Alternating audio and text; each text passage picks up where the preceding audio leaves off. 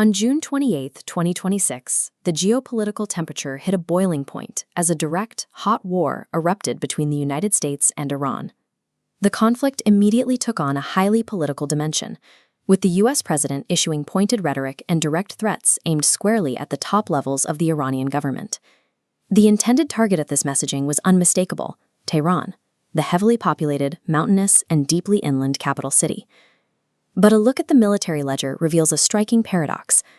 While the political threats focused squarely on the capital, U.S. military forces spent consecutive days dropping bombs on Kesh and Sirak. These two obscure coastal outposts sit far to the south, separated from the capital by more than 600 miles of rugged terrain. The U.S. strategy for threatening the capital only becomes clear once we look at why the military prioritized these two coastal outposts first. On this map, notice the massive bottleneck where the Persian Gulf meets the Gulf of Oman. At the mouth sits Keshm Island alongside primary shipping lanes.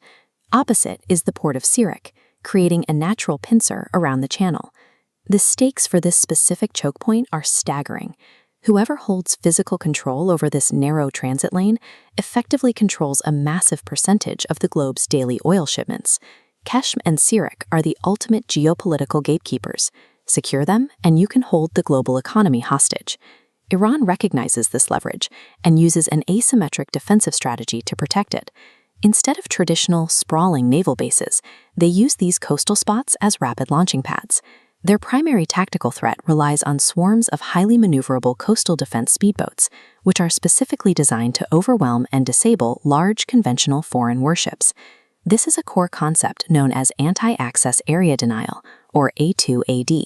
It forms a localized defensive shield, overlapping radar and missile arcs, preventing foreign operations. The bombing serves a mechanical purpose, blinding the radars to dismantle that shield. Neutralizing the southern coast is a mandatory first step.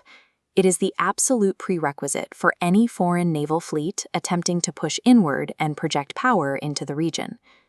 After 2 concentrated days of strikes, the reality on the ground shifts entirely. The coastal defense network is severely degraded. The immediate consequence is clear.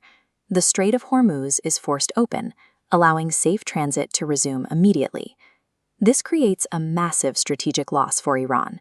Without the physical ability to threaten oil shipments, their primary diplomatic and economic leverage vanishes. By losing control of the strait, the adversary is stripped of its ability to deter foreign powers through economic threats. Which brings us back to the initial friction point, the aggressive political rhetoric aimed directly at the government in Tehran. Political threats of decapitation carry no weight unless the military actually has uncontested operational access to the theater. In practice, physical access must be secured at the perimeter before any real power can be projected toward the interior. Even with incredible advances in long-range weaponry, geography still controls the physical mechanics of warfare.